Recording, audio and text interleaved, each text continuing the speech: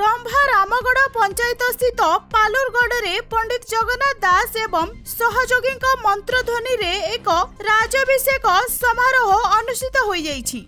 पालुरगढ़ मदन मोहन मंदिर ठारू मां चामुंडा मंदिर पर्यंत बाण फुटाई ढोल बजाई मृदंग चांगू साहानाई बजाई राजा जज्ञानंद देव और रानी प्रतिमा देव को घोड़ा गाड़ी रे एक शोभा यात्रा कर जाइथिला। स्वर्गत रजतचंद्र गजेंद्र देव पुत्र मदन मोहन देव अविवाहित हेतु तांको द्वितीय भातृ जज्ञानंद देव को पालुर तालुकावासी मतरे राजाभिषेक करागला। पूर्वतन राजा रजतचंद्र गजेंद्र देव द्वादश कार्यक्रम रे राजबाटी रे एक शोक सभा होइथिला। पूर्वतन सरपंच जयसेन प्रधान सभापतित्व करिथिले।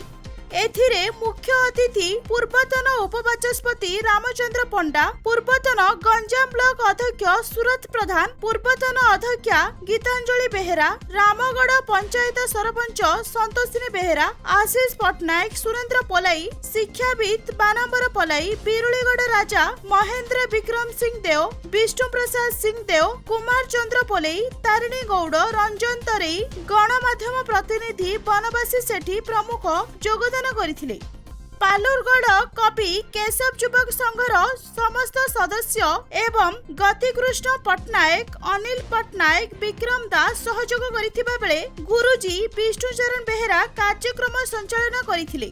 स्वर्गत रजतचंद्र गजेंद्र देव तारीख 26/9/2076 रे जन्म ग्रहण करी मस्तिष्क रक्तचाप रे भुवनेश्वर स्थित एम्स हॉस्पिटल रे तारीख 16/2/2026 रे मृत्युवरण करिथिले।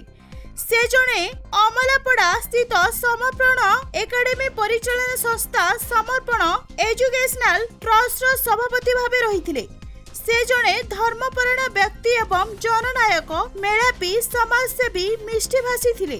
पालुरगढ़ अंचलर समस्त दुखी रंकी मानक दुखरे ठिया होई समस्यार समाधान करिथिले बोली स्थानीय अंचलवासी कहिसंती। तांको धर्मपत्नी रानी सविता देव, पुत्र मदन मोहन देव, झियो बेष्टिबी देव, अनुष्का रानी देव एवं शालक प्रशांत कुमार सामंत, दिलीप मल, प्रताप चंद्र देव, संतोष कुमार देव, राजलक्ष्मी देव, विनोद कुमार देव एवं समस्त संपर्कीय कार्यक्रम रे उपस्थित रहिथिले। गंजाम रंभारू बनवासी सेठी को रिपोर्ट news.in। मोर परिचय होची जज्ञानंद देव। मु ए पालुर राज परिवार रजांकर मझिया पुओ। मोर बड़ भाई जेठे रजा थिले तांकर ना प्रदीप चंद्र गजेंद्र देव थिला। मोर पितांकर नाम थिला शरतचंद्र गजेंद्र देव। से तापुर रजा थिले। तांको बापा जी सी थिले कुंज बिहारी गजेंद्र देव।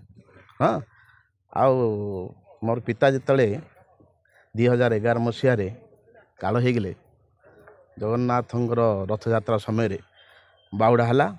बाहुड़ा पर आमर नीलाद्रि विजय दिन ठीक से समय जगन्नाथ पहुँच भितर जावा समय से काल हो गले। जो दिन काल हेले से दिन ही आम बड़ भाई प्रदीप चंद्र को ये अभिषेक कर रजा करागला। सी किसी दिन रहा से प्राय रहती बाहर हिंजलघाटे। तेणु मोर सान भाई ये रजतचंद्र देव जे आज नहांती आम गहण सी बर्तमान ये गाँव में रहीकि गाँव सब व्यवस्था बुझाबुझी करते। बड़ दुखर विषय जिते मोर पिता चलीगले से दिन आमको जमी लगिला जे आम मथारू छात हजिगला। किंतु वर्तमान यही गोटे मास भितर 30 जानुआरी 2026 तारीख दिन जी रजा थिले प्रदीप चंद्र देव मोर बड़ भाई सी ईला संवरण कले।